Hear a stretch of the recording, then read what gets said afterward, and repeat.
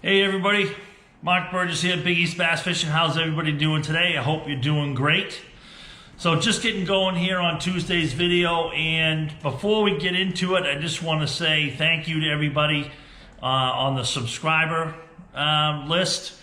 We're just right there, knocking on the door of 1,000 subscribers, so thank you very much. What the channel really needs now is watch time, watch hours. To be able to hit that next threshold is my goal. Okay, so basically you can go to the playlist, podcast, just put it on in the background, let it play. You know, that'll give me some more time. So I really appreciate it. So today's video is going to be about the state of bass fishing. Okay, and I actually wrote down a few notes. You know. There's just a lot going on in the sport of professional bass fishing right now. Not so much bass fishing in general, okay? That seems pretty normal to me. Just getting started here on our season up in the Northeast. Hopefully you're about to start your season as well. Been open water here now for probably a month or more anyway. Excuse me. All right, so let's talk about it. I'm going to just a few topics that I want to speak about, and I'm trying to keep, we could talk about this for a long time, and, you know, maybe I'll turn it into a podcast and, you know, take some of your comments and talk about those comments, you know, so back to you in like a podcast format. So a lot to cover. So we're going to try to keep it short today, though. All right, so the state of bass fishing, where it's at right now for professional bass fishing, I should say. We're going to talk a little bit about the Classic. I've already done a video on that. I'm going to elaborate on that just a little bit. MLF, where they're at now, NPFL, Scott Martin, Dustin Cornell, who just basically just won his third MLF Red Crest, you know, championship. It's kind of like their Classic, if you will.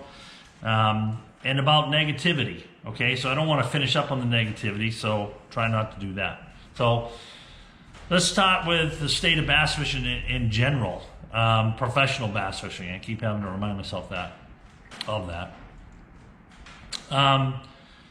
It seems like BASS, you know, just a year ago, not even, within the last year, you know, top of the game. And a number of things happened with bass, and I'm not sure why. And again, we're just talking about it. I want to get your thoughts. You know, the whole decision on forward-facing sonar, that's a big topic in the you know, the state of bass fishing right now, professional bass fishing. Their stand on forward-facing sonar, basically allowing it and allowing the anglers to have one transducer mounted on the trolling motor.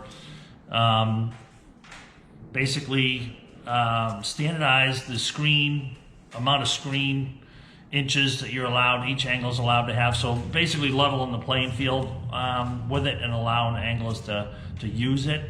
And then MLF making the choice where you can use it in a period, the 4 periods in a day, and you can choose where you want to use it and where you don't. And then NPFL, of course, banning it all together. And a lot of people like that decision. They were the first ones to make a decision on it, followed by MLF and then Bass. So there's all that I want to talk to you about in the comments.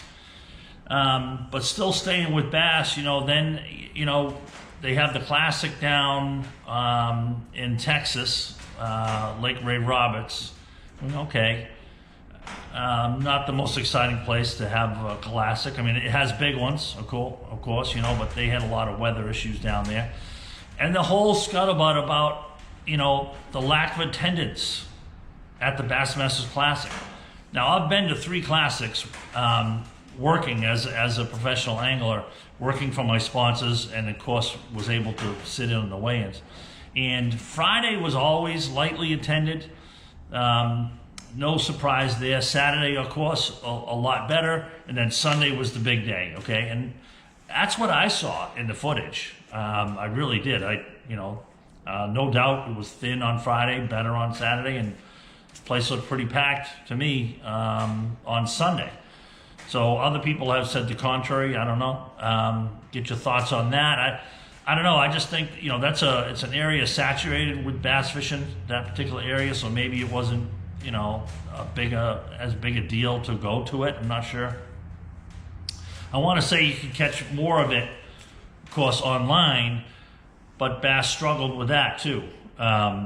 You know, the biggest thing, I mean, I wanted to see more online coverage, more of filming of the anglers actually fishing, catching. That's okay if you want to look at forward-facing sonar at the same time. Look at their screens, see what they're seeing compared to what they're doing, and watching their bait fall and the fish eat it and set the hook and land the fish. I mean, that's pretty cool. Whether you like forward-facing sonar or not, I mean, it's here now, and they're using it. It's a tool that everyone has access to, and that's just really the way it is. So was it that? I don't know. So then, you know, staying with bass, now you got, you know, the NPFL took a big leap forward with their stance on forward-facing sonar. A lot of popularity with that tour. A lot of big name top anglers going to that tour, which a lot of people seem to like. So they've gained a lot of momentum, you know, with all this, you know. And then, of course, you know, to me, it seemed like I did watch some coverage of Red Crest, which I haven't in the past, to be honest with you. But they seem to really do a good job. Really do a good job with it. I really liked it.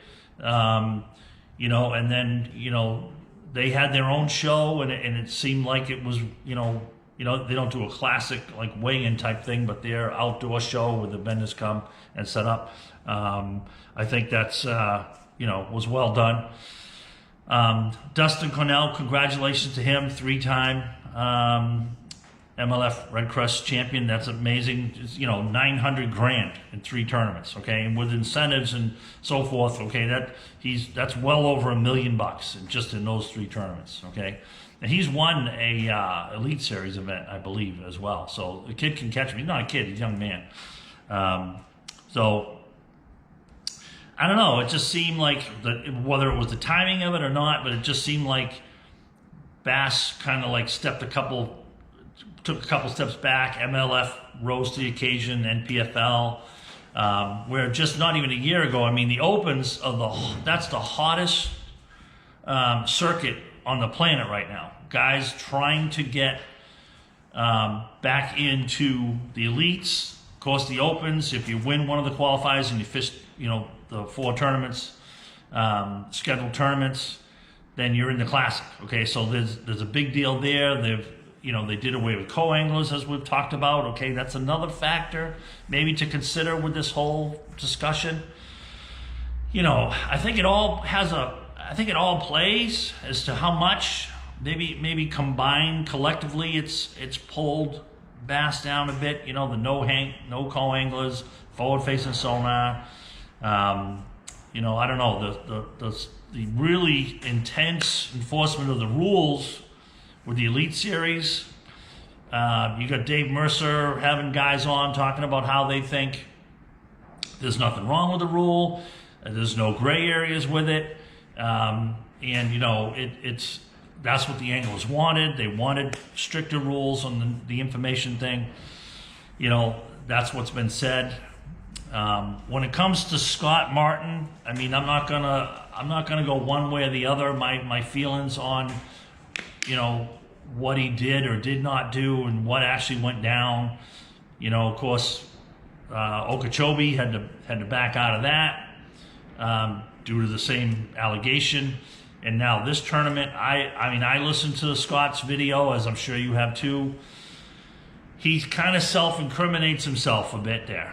And okay, so if there was no intent, and I really think that's what this information rule comes down to, the intent, not the by chance, you know, not the, oh, by the way, the guy also wanted information on Kentucky Lake. The one thing that I didn't hear mentioned was that the area in question that Scott was asking about, not the actual river, but that, and I didn't realize it until I looked at it. That's the largest tournament water venue by far that bass has ever fished. It is massive. They can go all the way up to Norfolk, Virginia. I mean, there's so much water, and you can't. There's no fuel really in a lot of it. You can't run to some of this stuff and then fish and even make it back. The sound is huge. It's so rough. So it was connected. I guess that was my point I was going to make, is that what he was talking about. Are there any rivers that are similar to the river that they were fishing? But it's more like, it's not just that river, it's the area.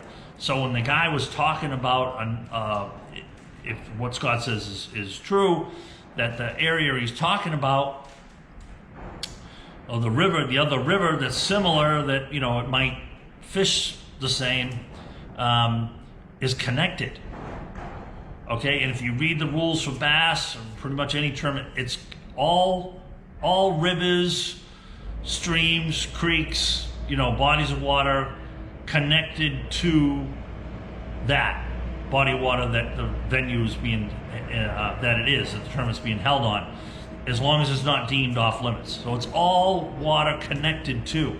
So if what he was talking about was connected to what he was asking for, there you go right there. That's what did him in.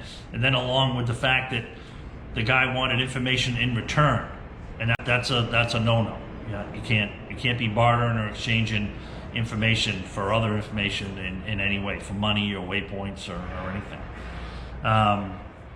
So that's a lot. I mean, you could talk on each one of those topics for hours. Okay, like I said, I'll probably put together a little podcast based on your comments, okay? And we'll address each comment in the podcast like we're talking back and forth, okay? The one thing I just posted on my Facebook page, Big East Bass Fishing page, was that Dustin said that he was really speaking out against the negativity, a lot of the negative comments and the haters, you know, and I have to agree with him. I fortunately have not received a lot of that type of feedback, which I appreciate. I mean, we all see it, and to me, it doesn't seem, I mean, rather than post something negative about anything that you're reading about or seeing on social media, if you don't like it, just move on. Just move on.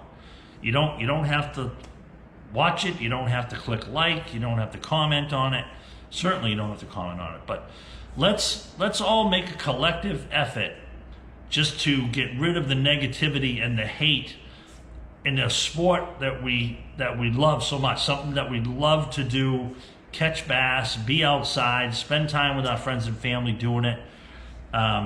Let's see if we can get rid of it, and certainly go in that direction and help to reduce it. So, like I said, I could go on and on, but I really appreciate everybody checking out the videos. Going to be a lot more coming up to do with the James River. I got a tournament this weekend. First Mass Bass Station Pro-Am tournament of the season is Saturday, and hopefully going to get the season started off right. I'm just gonna go fishing. You know, it's been a little rough, a little chilly, a little cold. The weather's going to be similar Saturday. So, all right. So before it drags on any longer, go ahead and tell me your thoughts on all of that, or anything that you want to talk about, really, and we'll do that. All right. So I appreciate everybody, and we'll see you on the next one.